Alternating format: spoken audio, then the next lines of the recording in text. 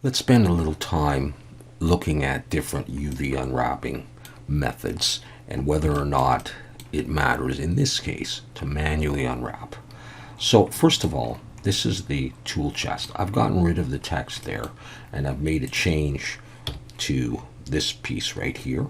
All right, so you can see that, and I've added that back piece. So I said I would show you that. Now if we come into both of these tops, the difference is that this one has some seams and this one doesn't. No seams versus seams. And what I'd like to do right off the bat is get rid of a couple of seams here and see if that's going to make a difference. So I'm going to clear those seams right there. Now the rest of the seams I've put in where I thought I would want them. I've done the same on the bottom. For this one, I don't have them at the corners. I have one at the back. And one of the main things about manually unwrapping is that you can put seams where you want them, so you can hide seams if you need to. I want to see how badly we need to hide these seams because I may or not need these seams here. I've put them in. I felt I did. Maybe I don't. I certainly couldn't hide those, although Substance Painter may not have a problem with them. Okay, so here's what we're going to do. First thing I'm going to do is I'm going to come over to the UV editing. And let's go to here. Let's take this. I've got just the single UV tile, the single UV window. And I'm going to take this piece, and let's say there are no seams on this, and I press U unwrap, and I get this. I'm surprised I even got that, and not an error telling me I can't do it. All right, that looks terrible, although you might not know. Let's turn on here. Now in this version of Blender, I just turn it on here just to see what kind of stretching we get. All right, dark blue is good, green is not very good, and light blue is sort of trending to that. But anyways, that is pretty messed up. All right, if I look at that, let me get rid of that. And here's how you can get rid of your UV maps. Right there. Okay, let's come over to this one and just U unwrap. All right, so this is my unwrap with what I've got here, and you can see there is, you know, maybe a little bit of stretching here. Whether or not it would make a difference or not, we'd have to see. The UV grid on this from that unwrap is pretty messed up. Now this one is looking nicer. Let's actually compare them. Let's do a smart UV project on this one. I'll set my island margin to 0.003, and we have this. Now we need to pack. All right, now you can use Blender to pack islands. I'm going to use an old version of Packmaster 3, and now we can see these. Let's maximize that. So this is Smart UV Project, which did not use any seams, did not use my seams. And this is my manual unwrapping. That took a little while to do. You decide which one is better in this case. Might be a seam there. Okay. Looks like there's a seam at every corner, or they don't quite meet very well. This one looks okay, although they look a little bit bent. Down here is where I have a joint, a seam. All right, so Smart UV Project, manual unwrapping. Let's say we want to see both of them. Actually, let's do the bottoms now. Okay, there are no seams here. In order to do another unwrap, all right, I'm going to need another UV tile or more, unless I want to pack it all in. So the way I'm going to do this is I'm going to select one, and I don't care that much about the stretching right now. All right, in this version of Blender, I'm going to press N, View, and I can change the number of grid spaces here. Okay, in a newer version of Blender, you do it up here. So I'm going to change this to, let's make 4 of these, and to close that. And let's come over to this one, and let's make sure that we have this packed. And let's move it down, GX1. So now I've got both of these, and they do look different. This is my Unwrap. This is Smart UV Project. Let's do the bottoms. Let's come in here, Smart UV Project. I don't want to leave it in the first space, so I'm going to press GX2. So we've got this so far. Now the only thing is I don't think I packed this one, so I'm going to select that again, and I'll pack it. And then GX2. There we go, it's packed. Compared to my bottom here, where I'm just going to go Unwrap, pack, and GX3. Now before we go any further, let's just focus just on these things,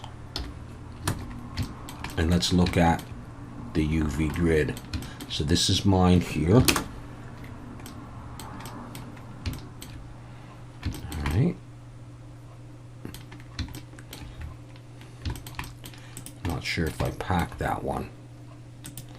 Let's go in there and let's make sure that I did pack it. GX2. Okay. So they don't look that much different. And if I turn on, if I go into one, I'll turn back on the display stretch.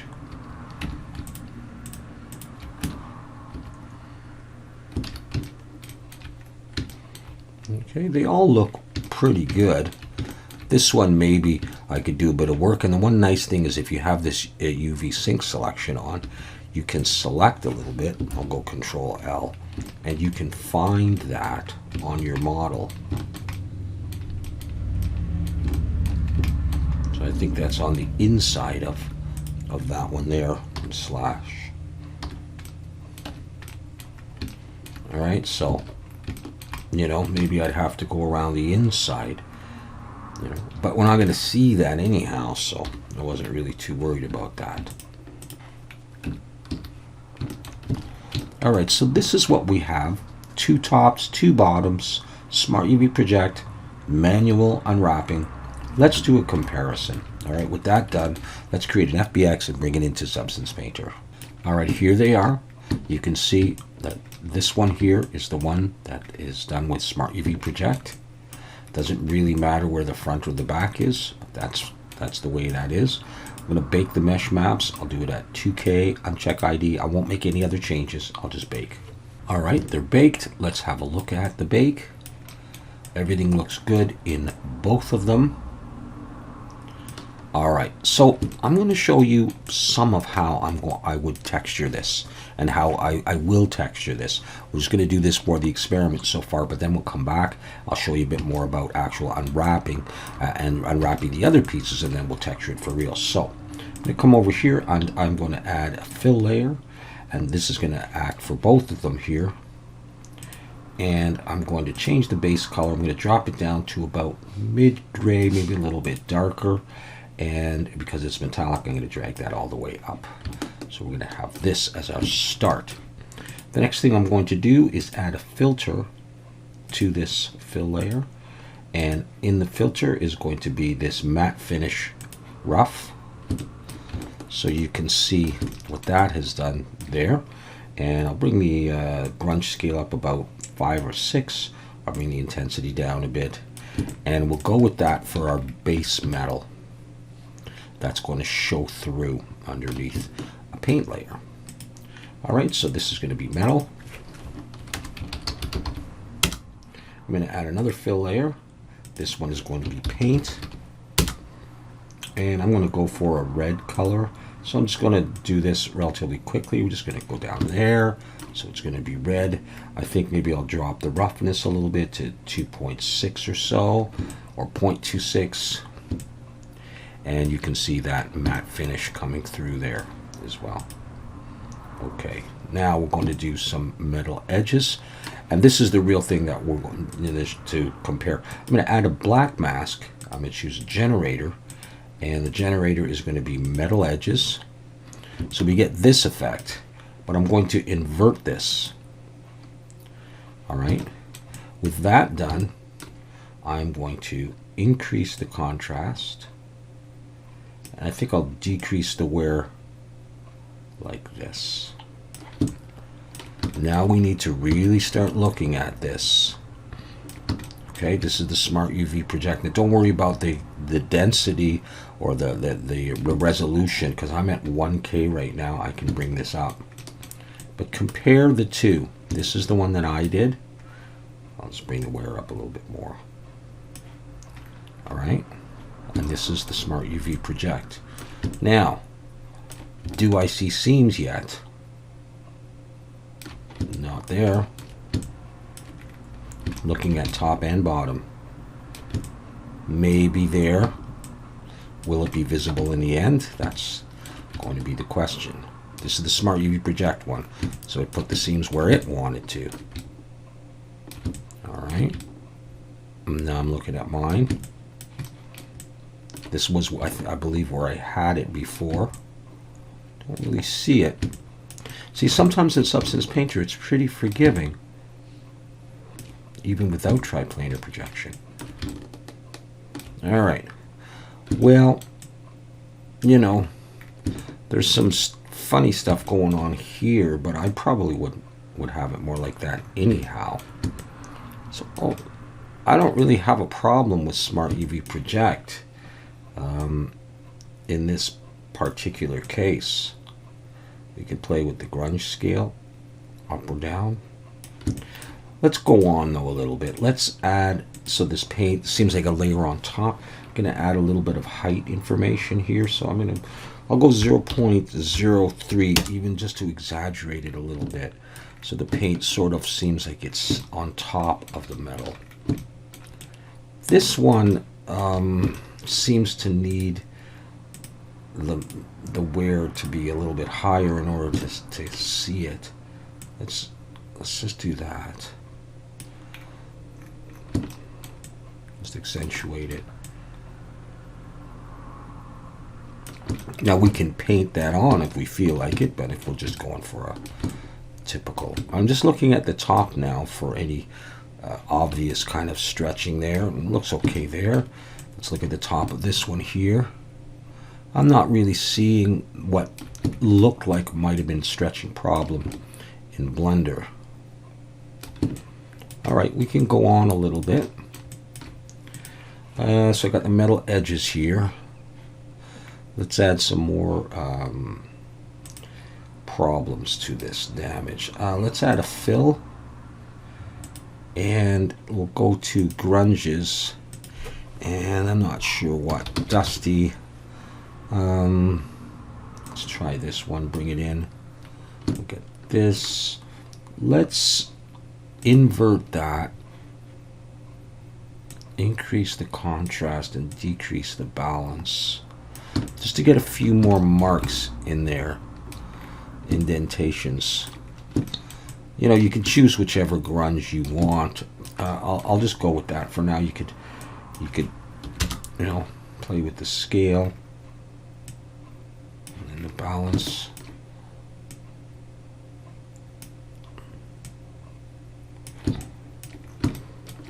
I think I'll actually leave it here and bring the balance back up, just so we have that. Now, one thing to notice is, where did the metal edge wear go, right? Well,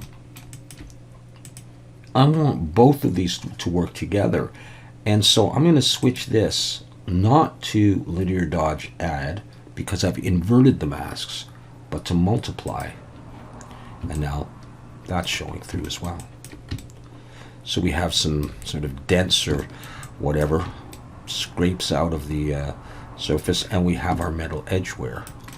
Smart UV project here. Let's I don't know if this will make a visible difference, but we'll add the anti-aliasing, or some anti-aliasing, just to have it there. Okay, Smart UV Project and manual unwrap. And now that is not to say that I am really, really good at UV unwrapping. I'm not. But it's experimental for me, and it's kind of relaxing, and it's nice to see what you come up with. We'll up the resolution in a while. So this looks fine for this kind of model to me, but so does this. And this one to me may actually look a little bit better. And I'm not trying to make the case for Smart UV Project. It would depend again on the model and what you need to do. I mean, if you need to animate something, this may be fine if you just need to open lid. But I mean, if you're doing a creature or something, you definitely have to have control of your UVs. All right, but I'm not, and so in that case, a method like this may be just fine. Because you say, well, you should practice doing manual unwrapping for everything. Then when you get to do that character's arm, you can do it. Well, this is not an arm, and so the time that I spend doing this doesn't necessarily translate to doing something else, because they may be completely different shapes and structures and models, obviously. All right, anyways, so we have some metal, we have some paint. I am going to use a material, and it's going to be a rust material. Yeah, I'm going to do it as a fill. I'm going to open that up, and I'm going to take this rust fine and I'll drop it into the base color. That's going to go all over, and it's very shiny, so we certainly don't want that. So let's bring this up to about 0.8 or so. Okay. I'm going to come back to here, and this is going to be rust. I'm going to add a black mask. So now my rust has gone away, but we'll bring it back with the grunge. Let's see if there's any grunge here. I think I want to look in... actually, I think I'm going to use this smart mask. Yeah, and we'll type rust. Okay, so surface rust is good, but I'm going to use this edge rust. We'll try this edge rust. Drop that in. Okay, and I will come to, I think, this one and decrease the balance on that. We can play with the contrast a bit. Just a little bit of rust in here, and a little bit of rust on this one as well. Okay, and then the next thing we'll do is we'll add some dirt, so a fill layer, color and roughness. Bring the roughness all the way up and get yourself a dark color, like a dark brown. All right, I'll add a black mask, and generator, I'll do it this way, and we'll just add some dirt, and we'll bring down the level of the dirt. I do want to have some so that it's visible. We can do this. All right, so we have dirt, and this is getting very close to the texture I'm going to use. There's about 2 more steps that I won't take your time, to do right now, but we're just comparing these two here. Let's up the resolution and have a closer look.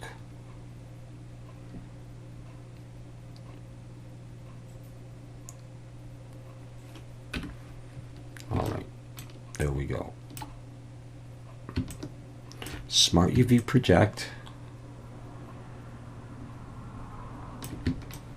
manual unwrap, 2K. All right. You should, of course, look at your models from all angles. It's a little hard to get in here to see, so I may not get that done very well.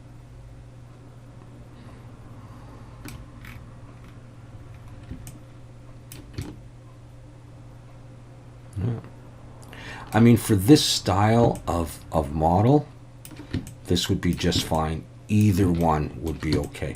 Let's do one more thing and just add a little bit of text to this, maybe in various spots, and see if there's any problem with that. I'm just going to go back to 1K for now, and I'll just label that as dirt, and I'll quickly do this with an alpha, and we'll do just height, and we'll bring some dirt in. Just drop it down a little bit. We'll bring some dirt in with an anchor point, so we'll actually have to move it below, so I'll just do that, and I'll come to my alphas here, and I'll type in font, and I'm just going to choose any font, this Jura font right there, and I'm going to do text test for UV. All right, do something like that, make it bold, whatever. Okay, I'm going to decrease the size of this. Make sure it fits. Okay, let's snap to orthographic and see what's going on here. Let's put something right there and there, and then we'll up the resolution. We'll do something on the top there and there. Okay, I'm not really going to be able to see that yet. Let's come to the side. And for this one, I'll have to go to this side here. And just for the fun of it, let's see if I kind of wrap around there. And we'll try one on the other. I don't expect that to look very good, but I just wanted to try that and see if there's a difference. You would never do that. You know. All right, so that's that. Maybe we'll do one more thing where I adjust this. Which way?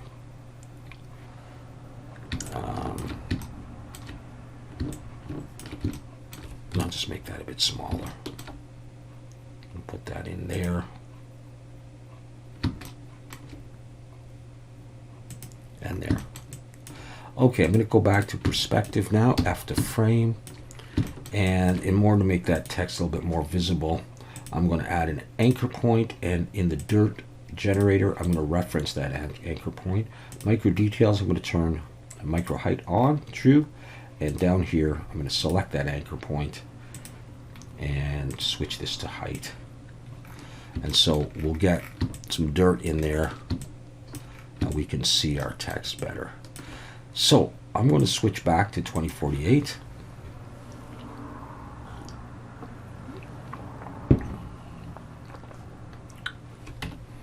And here's Smart UV Project.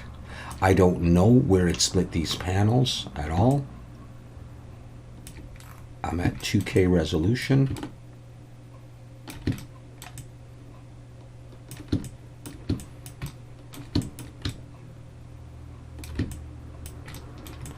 Yeah, obviously that looks messed up. All right, let's go look at the other one.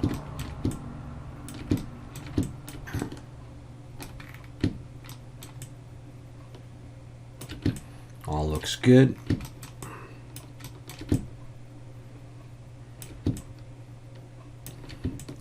Just don't do that.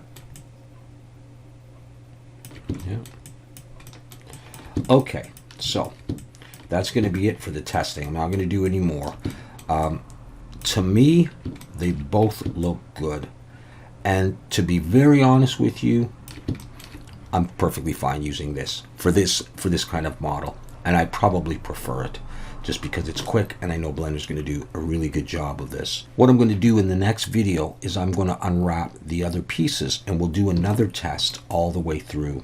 And I cannot guarantee you that I'm going to walk through the method of manually UV unwrapping the rest of the stuff, because I'm not sure that it's going to be worth it. Those people that have asked me how I unwrap, if this ends up working really well for this particular model, then you'll see how I unwrap. Using Smart UV Project, maybe Cube Project, maybe some manual unwrapping, and maybe even for some bolts and stuff, if they were larger and I cared more about them, just unwrap in general. But we're going to see. But there's my test, and I have to say that they're pretty much equal in this particular case. So don't be afraid to use Smart UV Project if you need to. There's nothing wrong with it. If you're just starting out especially, and you're making some crates, and you're having trouble with UV unwrapping, I mean, you should definitely learn to unwrap. But there's nothing wrong with Smart UV Projecting. And I've got some Udemy courses where Smart UV Project is used every time for everything. Nothing is manually unwrapped. And the final scene ends up looking fantastic. So there's nothing wrong with it, but you know, you should always have other methods that you're able to do as well. and especially in particular situations, like I said, certain animations, certain texturing where you really need control. I mean, if I knew that I needed text across here or across here, and I saw that Smart UV Project was breaking it up, that just would not work for me. So it depends what you need to do. And in this particular case, it's fine. All right, we'll talk to you again soon.